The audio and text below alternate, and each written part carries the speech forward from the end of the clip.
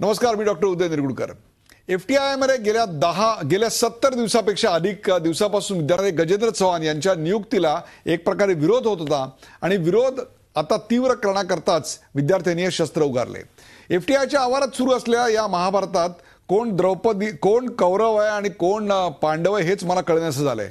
एकीकडे विद्यार्थ्यांना पोलिसांमार्फत अटक करून त्यांचं आंदोलन दडपण्याचे प्रयत्न सुरू सरकारकडनं झालेत, तर विद्यार्थी देखील चव्हाण यांना हटवण्याच्या मागणीपासून एक तसूभरही हललेले नाहीयेत. काँग्रेस उपाध्यक्ष राहुल गांधी विद्यार्थ्यांच्या बाजूने उभे राहिलेत, त्यामुळे एक प्रकारे या महाभारताला राजकीय वळण मात्र लागलं. एवढंच नव्हे तर या आंदोलनाचं लोण आता दिल्ली, मुंबई सकट इतरत्रही पोहोचलं.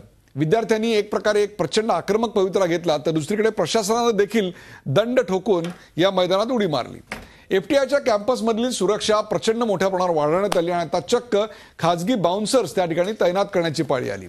त्यामुळे FTIच्या आंदोलनाचं नेमकं काय होणार, विद्यार्थ्यांच्या संपावर तोडगा कधी निघणार आणि केंद्र सरकारनं नव्यानं नेमलेली ही कमिटी हा वाद शमवू शकेल का, यासारख्या असंख्य प्रश्नांचा वेध घेऊयात आजच्या खास कार्यक्रमात आडमुठं कोण.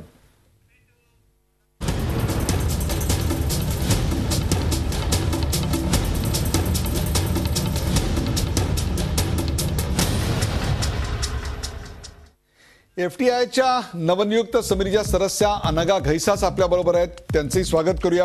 काही क्षणात आपल्याबरोबर या विद्यार्थ्यांचे वकील असणारे असीम सरोदे हे या कार्यक्रमात सहभागी होणार आहेत. असीम सरोदे, तुमचंही स्वागत. आणि क्षमा पाडळकर या FTIच्या विद्यार्थिनी देखील आपल्या सोबत या कार्यक्रमात असणार आहेत. प्रथम आपण अनघा घैसास यांच्याकडून सुरुवात करूया. अनघा, ते एखाद्या चित्रपटाला शोभेल असा सगळा थरार दिसतोय. रात्रीच्या रात्री विद्यार्थ्यांना उचललं जात आहे, त्यांना डांबलं जात आहे, त्यांना व्हॅन्डलिझम सारखा अत्यंत महत्वाचा गुन्हा, गंभीर गुन्हा त्यांच्यावर दाखल केला जातोय. एखाद्या थरार हॉरर चित्रपटाची कहाणी इथे लिहिली जाते आहे. काय वाटतं आपल्याला? तुमचं म्हणणं अगदी बरोबर आहे. फक्त ही कहाणी सुरू विद्यार्थ्यांनी केली जेव्हा दुपारी 3 ते रात्री 10 वाजेपर्यंत डायरेक्टरला तुम्ही रात्री 10 आणि 11 वाजेपर्यंत कोंडून ठेवू शकता आणि पोलिसांना तुम्हाला रात्री अटक करायला परवानगी नाही, असा जर विषय असेल तर ते खूप एकांगी होईल. जेव्हा तुम्ही चांदेकरांसारख्या एका गरीब माणसाला, इन्स्टिट्यूटमधल्या स्टाफ मेंबरला धमक्या देता तरी तुम्हाला पोलिसांनी अटक करायची नाही, असा जर नियम असेल तर मला असं वाटतं की भारतीय दंड संहितेनुसार हा सगळ्यांचाच अपमान आहे असं मला वाटतं. जर रात्री 11 आणि 12 वाजेपर्यंत डायरेक्टरला कोंडून ठेवू शकतात, तोडफोड करू शकतात, तर अटकही रात्री होऊ शकते. मला नाही वाटत त्यात काही चुकीचं आहे. नवनियुक्त सदस्य म्हणून आपल्याला त्या मुलांची अटक हा एक प्रकारे झालेला विजय वाटतो. ह्या आंदोलनाला आपण खच्ची केल्याचं एक समाधान काय नेमकं आपल्या मनात आहे या निमित्ताने? नाही, आय एम व्हेरी सॉरी, मला असं वाटत नाही. कारण कुठलीही शिक्षण संस्था ही पवित्र असते, तिथं अशी कुठलीही गोष्ट व्हावी म्हणजे विद्यार्थ्यांनी असा घेराव घालावा, राडा करावा असंही चुकीचं आहे आणि त्यांना अटक करायची आवश्यकता निर्माण व्हावी हेही खूप दुर्दैवी आहे. याच्यात कुठलाही विजय मला वाटत नाही, कारण मुळात मी विद्यार्थ्यांना माझे शत्रू समजतच नाही. मी मागच्याही वेळेला आपल्याला म्हटलं होतं की जशी मी एक फिल्म मेकर आहे, इथली FTIची गव्हर्निंग काउन्सिलची मेंबर आहे, तशी एक आई पण आहे आणि कुठलीही आई इतका क्रूर आनंद घेऊ शकत नाही. जर विद्यार्थ्यांना अटक झाली तर ती खूप दुर्दैवाची आणि दुःखाचीच गोष्ट मला वाटते. मला किंवा सरकारला सुद्धा यात विजय वाटायचं काही कारण नाही. जर आपल्याला एवढा मातृत्वाचा आपण भाव आणताय तर मला सांगा, या विद्यार्थ्यांवर व्हॅन्डलिझम सारखा प्रचंड अत्यंत ज्याला गंभीर शिक्षा होऊ शकते अशा प्रकारचा गुन्हा दाखल झाला, त्याबद्दल काय म्हणाल? आज 70 दिवस त्यात आलेले राजकीय पक्ष, मग त्यात अरविंद केजरीवाल असतील, राहुल गांधी असतील, आपण क्षणभर बाजूला ठेवूया, परंतु आज 70 दिवस विद्यार्थी लढतायत, या गोष्टीला आपण काय म्हणाल? विद्यार्थी मुळात 70 दिवस लढतायत हे चुकीचं आहे. ज्या दिवशी संस्था फॉर्म झाली त्या दिवशीपासून विद्यार्थ्यांचं लढणं चालूच आहे आणि त्यांना कितीही काहीही दिलं तरी विद्यार्थ्यांचं लढणं आतापर्यंत थांबलेलं नाही. हे फक्त FTI मध्ये होतं, इथल्या कुठल्याही देशभरातल्या फिल्म इन्स्टिट्यूटमध्ये असे प्रकार होत नाहीत. कारण ही एकमेव संस्था आहे जी सरकारी आहे आणि या सरकारी संस्थेमध्ये या गोष्टी होतात. कारण मला असं वाटतं की कडक नियम जे संस्था म्हणून लावायला पाहिजेत ते तिथे लावले गेलेले नाही आहेत. तिथे कुठलेही पास मुलांना करण्याचे नियम नाही आहेत जे व्हायला पाहिजेत. विद्यार्थी हे विद्यार्थी असतात हो, विद्यार्थ्यांना काही शत्रू समजण्याचं काही कारण नाही आहे. पण तरी हे 1965 सालापासून हे भांडण, हा वाद, हे आंदोलन, हा संप हे चालूच आहे. काय नक्की असं आहे की ज्याच्यात विद्यार्थी समाधानी होत नाहीत? विद्यार्थी विद्यार्थी तेच नाही आहेत, विद्यार्थी दरवर्षी बदलत आहेत, पण तरी अशी कुठली लिगसी आहे की जी 1965 सालापासून चालू आहे? याचा अभ्यास आम्ही भरपूर केलाय. तुम्ही प्रश्न विचारलेत तर त्याबद्दलची उत्तरं मी नंतर देईन. त्याबद्दल आपण बोलूया. आपल्या सोबत असीम सरवदे. असीम सरवदे, आपण विद्यार्थ्यांच्या वतीनं न्यायालयामध्ये याचं वकीलपत्र घेतलेलं आहे. त्यांच्यावर अटक करताना अत्यंत गंभीर अशा स्वरूपाचे गुन्हे दाखल करण्यात आलेले आहेत. एकीकडे हे आंदोलन आम्हाला चिरडायचं नाही किंवा हे आंदोलन आम्हाला चिघळू द्यायचं नाही अशी सरकारची भूमिका दिसते, परंतु प्रत्यक्षात मात्र एखाद्या आणीबाणी सदृश्य अशा प्रकारची परिस्थिती इथे निर्माण झाली असा विद्यार्थ्यांचा दावा आहे. रात्री बेरात्री घरातून हुसकून हॉस्टेलमधून त्या मुलांना अक्षरशः बोकोट पकडून पकडले गेले असाही त्यांचा दावा आहे. त्याचबरोबर एकीकडे डायरेक्टरच्या खोलीमध्ये 7 तास एक थरार नाट्य, ओलीस नाट्य ज्याला आपण म्हणतो तसंही दिसतंय. एक वकील म्हणून आपल्याला काय वाटतंय, हे आरोप हे जे आरोप, ही जी कलमं लावलेली आहेत, ही कलमं त्याबद्दल आपण काय म्हणाल? सर, मला आपल्याला हे सांगायचं आहे की हे जे कलमं लावलेले आहेत मुळात हे कलमच चुकीचे लावलेले आहेत आणि विद्यार्थ्यांना गुन्हेगार ठरवण्याचं एक षडयंत्र कदाचित सुरुवातीपासून रचण्यात आलं का अशी शंका याच्यातून येते. आपण कलम वाईज जर पाहिलं तर त्यांनी म्हटलेलं आहे की रॉयटिंगसाठी तुम्ही एकत्र झाले आणि अनलॉफुल असेंब्ली तुमची आहे. अनलॉफुल असेंब्ली म्हणजे बेकायदेशीर प्रकारचा जमाव तिथे जमला, हा एक गुन्हा लावण्यात आलेला आहे.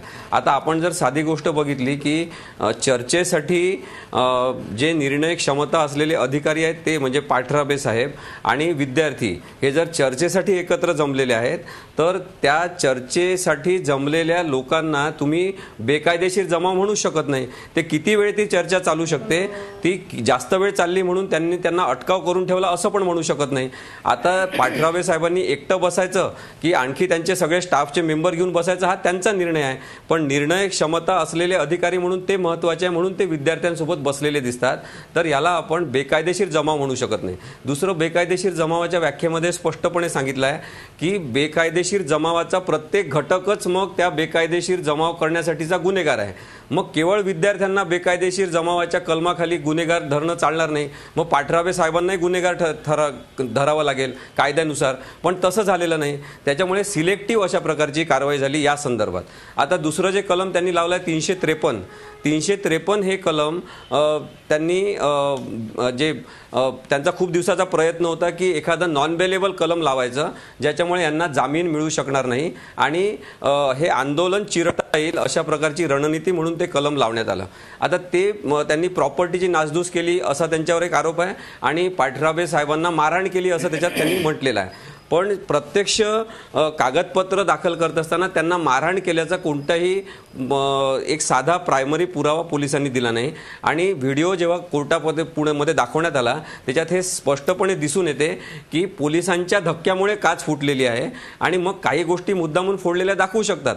त्यामुळे हे विद्यार्थ्यांनी केलेलं नाही, हे पण कोर्टाने जवळपास प्रथमदर्शनीच मान्य केलेलं आहे. त्याच्यामुळे हे कलम जे आहेत हे घिसाडगाईनी एकतर लावलेले असतील किंवा हे ठरवून लावले असतील. मग ठरवून का लावू शकतात? कारण की एक प्रकारचं केंद्र सरकारचं याच्यावर जे नियंत्रण आहे तर केंद्र सरकारच्या माध्यमातून राज्य सरकारला सांगणं, राज्य सरकारच्या माध्यमातून राज्य सरकारच्या अधिपत्याखाली असलेल्या पोलिसांना सांगणं आणि पोलिसांच्या माध्यमातून राजकीय हेतू साध्य करणं. मला कळत नाही अनघाजी, मला कळत नाहीये विद्यार्थ्यांचं हे आंदोलन शांततामय मार्गाने जर ते करत असतील तर ते जास्त चालू देण्यात विद्यार्थ्यांचं जास्त नुकसान आहे. ते चिरडण्याकरता असे प्रयत्न करण्यामागे नेमका सरकारला काय मिळते असं वाटतं, सदस्यांना काय मिळते असं वाटतं आपल्याला? मुळात हे सगळं सरकारने घडवून आणलंय. हे जे काही सगळं उभं केली जाते गोष्ट असीम साहेबांकडनं हीच मुळात दादांत खोटी आणि चुकीची आणि गैरसमजात झालेली आहे. ते मला दुर्दैव एवढंच वाटतं की मानव अधिकाराचे वकील न राहता, व्यक्ती न राहता ते एका या सगळ्या मुलांचे वकील म्हणून या ठिकाणी बोलतात आणि तेवढ्याच रूपात ते आम्हाला आता दिसत आहेत. आम्ही सरवदे साहेबांकडे खूप वेगळ्या दृष्टीने आतापर्यंत बघत होतो. एक गोष्ट. दुसरी गोष्ट, हे आता पहिल्यांदा झालेलं नाही आहे. मी बऱ्याचदा बऱ्याचदा हा उल्लेख केलेला आहे. 1971 सालापासून जेव्हा जगत मुरारी साहेब होते तेव्हापासून हे अत्यंत क्रिमिनल आपण ज्याला म्हणतो अशा पद्धतीचं काम विद्यार्थ्यांनी केलेलं आहे. त्यावेळेला जगत मुरारी साहेबांना कोंडून ठेवून सिगरेटचे चटके दिलेले आहेत. आज जगत मुरारी साहेबांची मुलगी आज दिल्लीमध्ये आहे. आज आपण त्यांचा इंटरव्ह्यू करू शकता. त्या त्यांचं आत्मचरित्र लिहित आहेत. त्यांनी जे लिहिलेलं आहे त्याचं प्रकाशन होईल आता. त्याच्यामध्ये हे सगळ्याचे उल्लेख केलेले आहेत. दुसरी महत्वाची गोष्ट मला प्रश्न विचारायचा आहे. फुटली म्हणजे सगळं फुटेज अनघाजी, मला तुम्हाला एक प्रश्न विचारायचा आहे. जर या ठिकाणी एवढी व्हायलंट मुलं असतील, एवढी काय ज्याला आपण म्हणू गुंड प्रवृत्तीची मुलं असतील, मग ही संस्था चालू कशा करता ठेवायची आहे सरकारला? जिकडे गुंडगिरीला प्रोत्साहन देतात ती एकदा बंद करून टाकतोय असं जाहीर केलं तर सगळ्यात प्रश्न मिटेल. सरकार ते पाऊल का नाही उचलत आहे? सरकार छोटी छोटी पावलं का उचलत आहे असा आता आक्षेप घेतला जातोय. त्याच्यावर काय उत्तर द्याल? मुळात असं आहे की दोन्ही बाजूनी बोलणारी लोक असतात. सरकारला ही संस्था बंद करायची असं मला काही वाटत नाही. ही अतिशय प्रेस्टिजियस आणि देशाकरता गौरवपूर्ण अशी संस्था आहे आणि म्हणूनच सरकारला आणि आम्हाला सुद्धा हा दुर्दैवाचा भाग वाटतो की तिथे या अशा गोष्टी घडतात आणि या वर्षानुवर्ष घडतात. कुठेतरी याला एक परमनंट आपण असं म्हणतो असा एक उपाय चांगला योजायला तोच उपाय आहे, नसावा. तोच विद्यार्थ्यांकडूनही नाही आणि आमच्याकडूनही तोच उपाय आपल्याकडे येतोय आणि तो म्हणजे केंद्रीय समिती आलेली आहे. त्या संदर्भात क्षमा पाडळकर यांना काय वाटतं ते जाणून एका ब्रेक नंतर. कुठे जाऊ नका, पाहत राहा झी 24 तास. आपण पाहताय आडमुठं कोण.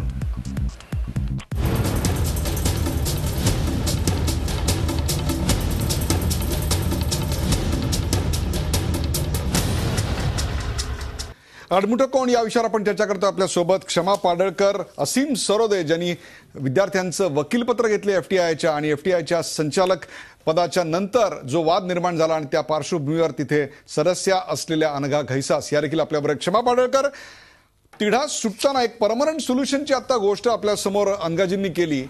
उद्या केंद्रीय समिती याची पाहणी करण्याकरता येते. त्यातून काही तिढा सुटेल असं वाटतं आपल्याला का खासगी बाउन्सर्स हेच आत्ताच्या एकूण व्यवस्थेचं प्रतीक आहे असं वाटतं आपल्याला? अगदीच, कारण गेल्या 70 दिवसापासून आम्ही हा तिढा सुटावा यासाठीच प्रयत्न करतोय आणि हे आंदोलन हे त्यासाठीच होत आहे. पण मला त्याआधी अनघा ताईंना एक गोष्ट सांगायची आहे. काही गोष्टी मला क्लॅरिफाय कराव्या वाटतात की हा डायरेक्टर सोबत जी गोष्ट झालेली तो एक घेराव होता आणि ती अनलॉफुल असेंब्ली होती अशा पद्धतीने जे सगळीकडे मांडलं जात आहे त्यात मी उपस्थित होते आणि मला त्याविषयी थोडंसं एवढं सांगायचं आहे की डायरेक्टर सरांकडे पूर्ण वेळ त्यावेळेस फोन होता. त्यांना कधीही आम्ही जायला तिथून मज्जाव केला नाही. ते सतत SMS करत होते. त्याचं फुटेज देखील आमच्याकडे आहे. जर ते इतके स्ट्रेस्ड होते, इतकंच जर त्यांच्यावर त्रास विद्यार्थी देत होते तर त्यांनी सहज फोन केला असता सिक्युरिटीला, त्यांनी सहज फोन केला असता पोलिसांना आणि त्यांना बोलवून घेतलं असतं. पण आम्हाला हे कळत नाही की त्यांनी 8 तास या मीटिंगमध्ये ते का थांबले. तुम्हाला थोडं थांबवतं अशा करता तुम्ही नेमके त्या प्रशांत पाठराबाईंकडे कशा करता गेला होता? त्यांचं फुटेज काढायला का त्यांच्यावर काही त्यांचं काही स्टिंग ऑपरेशन करायचं होतं? तुम्हाला काय करायचं काय होतं नेमकं? What is it that? बरं झालं तुम्ही फिल्मिंग केलं. बरं झालं हे तुम्ही हा प्रश्न विचारलात. मी याचं उत्तर देतच होते. FTI ही फिल्म शिकवणारी इन्स्टिट्यूट आहे. आमच्याकडे सकाळी, दुपारी, संध्याकाळी आणि रात्री कुठल्याही वेळेस माझ्याकडे कॅमेरा असतो. आणि दुसरी महत्वाची गोष्ट म्हणजे या पद्धतीचं कुठल्याही पद्धतीचं इंट्रोगेशन करायचं होतं किंवा शूटिंग गुपचूप करायचं होतं असं नाही. पाठराबे सरांना आम्ही सांगितलं होतं की आम्ही शूट करतोय आणि त्यांची त्याला परवानगी होती. दुसरी गोष्ट, आम्ही विद्यार्थी या स्ट्राईकवर एक फिल्म देखील बनवतोय आणि मला वाटतं त्यात कुठल्याही पद्धतीचं गैर नाहीये की या पद्धतीवर फिल्म बनवायची. दुसरी महत्वाची गोष्ट, डायरेक्टर सरांनी देखील या सगळ्या मीटिंगचं शूटिंग करून घेतलेलं आहे आणि तुम्ही त्यांना विचारू शकता की ते फुटेज द्या म्हणून, आणि ते फुटेज जर ते देत असतील तर आम्हाला जास्त आनंद होईल. त्यामध्ये कशा पद्धतीने शांतीपूर्ण मीटिंग चाललेली होती. क्षमा, तो चित्रपट नक्कीच चांगला असेल आणि तो चित्रपट एखादा पारितोषिकही मिळवेल याविषयी मला शंका नाहीये. परंतु 2008च्या विद्यार्थ्यांना ते हॉस्टेल सोडायला जेव्हा सांगण्यात आलं तेव्हा या आंदोलनानं हिंसक अशा स्वरूपाचं वळण घेतलं.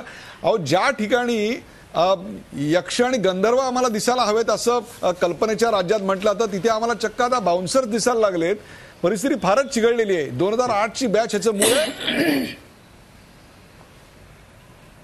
बाउन्सर्सला खरं तर बोलवायची गरजच नव्हती. आम्हाला तिथे विद्यार्थी असतात, तिथे काही टेररिस्ट असत नाहीत, क्रिमिनल्स असत नाहीत. तर आमचा हाच मोठा प्रश्न आहे की तिथे बाउन्सर्सला पहिल्यांदा बोलवलंच का गेलं आणि अशा पद्धतीचं विद्यार्थ्यांना क्रिमिनलायझेशन का केलं गेलं हाच एक महत्त्वाचा प्रश्न आहे. दुसरा प्रश्न असा आहे की 2008 बॅचविषयी 2008 बॅचविषयी जर पासआउट व्हायची असली असती तर ती 2011 किंवा 2012लाच पासआउट व्हायला पाहिजे होती आणि मग 2012 पासूनच हा प्रश्नाची चर्चेत यायला होता किंवा 2012लाच या प्रश्नाचं उत्तर व्हायला पाहिजे होतं, असेसमेंट व्हायला पाहिजे होती. पण ती तेव्हा असेसमेंट झाली नाही. ज्यावेळेस स्ट्राईक सुरू आहे त्याच वेळेस 2008 बॅचचा प्रश्न कसा काय उपस्थित होऊ शकतो हा देखील विचार करायला हवा. सगळेच मुद्दे आहेत. अनघाताई, एक तर मान्य कराल की 70 दिवस झाल्यानंतर, अनघाजी 70 दिवस झाल्यानंतर, खाजगी बाउन्सर्स नेमल्यानंतर, व्हॅन्डलिझम सारखे 353 सारखे अत्यंत गंभीर गुन्हे दाखल केल्यानंतरही विद्यार्थी अजून त्यांच्या मतावर आणि त्यांच्या आंदोलनावर ठाम आहे, एवढं तर मान्य कराल? ते आंदोलन चुकीचं असू शकेल पण ठाम आहे एवढं तर मान्य करा. हे काहीही बोलायच्या आधी, हे मान्य करायच्या आधी जे काही सगळं फसवं बोललं गेलंय त्याच्याबद्दल 2 वाक्य फक्त मला वाचून दाखवायचे आहेत की all 14 projects including the incomplete ones should be assessed and this process flows from above AC decision. Extension had been given to these students in 2013 as well as in 2014 and there doesn't seem to be any logic in giving any further extensions. The HODs agreed with the assertion. हे लक्षात घ्या. माझ्याकडे ह्या सगळ्या डायरेक्टर्सची आणि academic काउन्सिलचं acceptance letter माझ्या हातात आहे. अनघाजी क्षमाजी, मला तुम्हाला दोघांना एक प्रश्न विचार. तुम्ही दोघंही कागदपत्र दाखवू शकाल परंतु त्यानं हा प्रश्न सुटणार नाही आणि असीम सरदे विल ॲग्री विथ मी. हा प्रश्न सोडवण्याकरता क्षमाजी मला पुन्हा एकदा सांगा, उद्या जी कमिटी येते, उद्या जी समिती येते त्याच्याकडे तुम्ही सकारात्मक बाजू म्हणून बघणार आहात का ती आणखीन एक तुमचं दमन करायला आलेली आहे अशा करून बघणार आहात? हा प्रश्न तुम्हाला. आणि त्यानंतर त्या समितीने तोडगा काढला तर या विद्यार्थ्यांवरचे हे लावलेले सगळे कलम मागे घेऊन त्यांना सन्मानकरित्या आत घेतलं जाईल आणि त्यांचे प्रश्न सोडवले जाईल का? हा प्रश्न अनघाताईंना नंतर उत्तर देईल. पहिले क्षमाजी तुम्ही बोला. समिती इथे येते याचं आम्ही अतिशय मनापासून स्वागत करतोय कारण गेल्या 70 दिवसापासून अशा पद्धतीची समिती इथे यावी आणि आमच्यासोबत चर्चा व्हावी, फॅकल्टीसोबत, डायरेक्टरसोबत आणि विद्यार्थ्यांसोबत बसून याचीच आम्ही वाट बघत होतो किंवा आम्हाला तेच हवं होतं. आम्ही याचं स्वागत करतोय. यासोबत सकारात्मक चर्चा होईल हे निश्चित आणि यावर तोडगा निघावा असं विद्यार्थ्यांना देखील खूपच मनापासून वाटतं. अनघाजी तुम्ही काय सांगाल? ते गुन्हे मागे घ्याल का? सगळ्यात पहिली महत्वाची गोष्ट अशी आहे, गुन्हे मागे घेणं वगैरे हा विषय सगळ्या नंतरचा आहे. प्रॉब्लेम सॉल्व्ह करायचा असेल तर सगळ्यात पहिल्यांदा विद्यार्थ्यांनी आपल्याकडून सकारात्मक प्रयोग हा केला पाहिजे की 2008 पासून आपल्या ज्या काही फिल्मच्या असेसमेंट राहिलेल्या आहेत तुम्ही हे स्वतः सिद्ध करा की तुम्ही उत्तम विद्यार्थी आहात आणि तुम्ही उत्तम काम आतापर्यंत केलेले आहे असा तुमचा दावा आहे. तुम्ही बुद्धिमान डायरेक्टर्स, फिल्म मेकर्स, ऍक्टर्स आहात तर तुम्ही मुळात आधी हे सिद्ध करा की तुमचं काम कंप्लीट करायला पाहिजे. आज वेळोवेळी डायरेक्टरनी आणि सगळ्या मंडळांनी सांगितलेलं आहे की तुम्हाला 2 ते 3 वेळा एक्सटेन्शन देऊन झालेलं आहे. मुळात तिथनं सुरुवात आहे की तुम्ही तुमच्या फिल्म्स पूर्ण करा आणि मग सरकारकडे तुम्ही मागा. सरकारने त्याबद्दल जर काही पावलं उचलली नाहीत तर आम्ही संपूर्ण गव्हर्निंग काउन्सिल विद्यार्थ्यांच्या बरोबर राहू. पण मुळात तुम्ही आधी तुम्हाला ज्या कारणाकरता तुम्ही इन्स्टिट्यूटमध्ये ऍडमिशन घेतली आहे ते काम तुम्ही पूर्ण करणं तुम्हाला योग्य वाटत नाही का? जेव्हा तुम्हाला 3-3दा एक्सटेन्शन देऊन झालेलं आहे याच्यामध्ये अनैतिक काय आहे हे तुम्ही मला सांगा. बरोबर आहे. आपण शेवटचा प्रश्न घेऊया. काय सांगाल असीम सरदे, यातनं मार्ग कसा काढणार? कायद्याची लढाई लढत राहून विद्यार्थ्यांचं जास्त नुकसान आहे. आज 70 दिवस वाया गेले. It's a most important period of their life. याच्यात गजेंद्र चव्हाण अथवा अनघा गैसास यांचं काही नुकसान होणार नाहीये. त्यांची करिअर चालूच आहे. विद्यार्थ्यांच्या करिअरचा सवाल आहे. काय तोडगा सुचवाल तुम्ही? मला असं वाटते की कुणीतरी काहीतरी सिद्ध करावं. तुम्ही काहीतरी सिद्ध करा, आम्ही काहीतरी सिद्ध करतो. ही तोडगा काढण्याची सिद्धता नाही आहे. हा दृष्टिकोनच मुळात चुकीचा आहे. काहीतरी कोणाला तरी सिद्ध करायला लावणं. तडजोड जेव्हा आपल्याला करायची असते तेव्हा आपण खूपच सामोपचाराच्या भावनेने ते घेतलं पाहिजे आणि कोणाच्या काय चुका झाल्या त्या मोकळेपणाने मान्य करण्याची प्रवृत्ती असेल तरच तोडगा निघत असतो, हे मी आपल्याला सांगू इच्छितो. दुसरी गोष्ट अशी आहे की अनघाताईंनी सातत्याने म्हटलंय म्हणून मला हे सांगणं आवश्यक आहे की याच्यामध्ये रात्री बेरात्री अटक होणं हा अन्यायाचा भाग आहे, त्यामुळे तो ह्युमन राईट्सचा विषय आहे. दुसरं असं की पॉवर रिलेशन्स अशामध्ये बघावं लागतात की व्हिक्टिमाइज करण्याची जास्त शक्ती कोणामध्ये आहे आणि कोण त्या अन्यायाचे बळी ठरत आहेत, त्यामुळे पण विद्यार्थ्यांची बाजू घेणं आवश्यक असल्यामुळे मी ती बाजू घेतलेली आहे. आणि म्हणून मग मला हे वाटते की यांनी पॉलिटिकल स्पेस पॉलिटिकल लोकांसाठी जी तयार केलेली आहे की त्यांचा इन्क्लुजन याच्यामध्ये झालं, त्यांचा इंटरफिअरन्स याच्यात वाढला, हेच मुळात चुकीचं आहे. त्याच्यामुळे ही व्यवस्था चुकीची आहे. त्या जे सांगत आहेत कोणाच तरी नाव घेऊन की तेव्हापासून अशा प्रकारची आंदोलनं होतात, ते वेगवेगळ्या कारणांसाठी झाले असतील. पण महत्वाची गोष्ट त्यांनी जी सांगितली अनघतांनी की विद्यार्थी सतत बदलत गेलेले आहे, पण नेहमी आंदोलन जर झालेले असतील वेगवेगळ्या कारणांमुळे, तर त्याच्यामध्ये एक महत्वाचा मुद्दा सर मला सांगायचा आहे की याचा अर्थ व्यवस्थेमध्ये काहीतरी बेसिक फॉल्ट आहे आणि ती प्रोसेस बदलण्यासाठी जर काही केलं नाही तर नवीन हे जुने जातील आणि नवीन विद्यार्थी येतील, पण परत काही जण आंदोलन करतील. त्याच्यावर परमनंट सोल्युशन आणि बरोबर आहे असीम, तुम्ही म्हणताय की ही व्यवस्था बदलण्याची गरज आहे.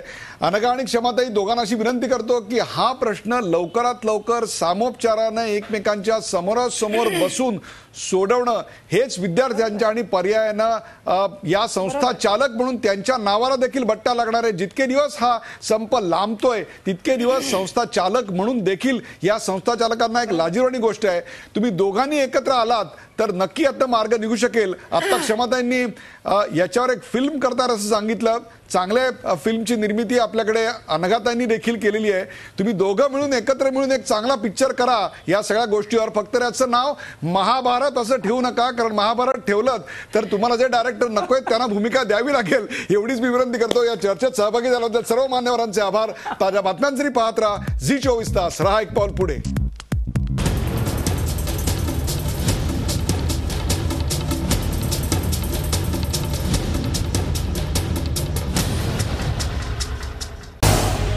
झी 24 तास रहा एक पाऊल पुढे.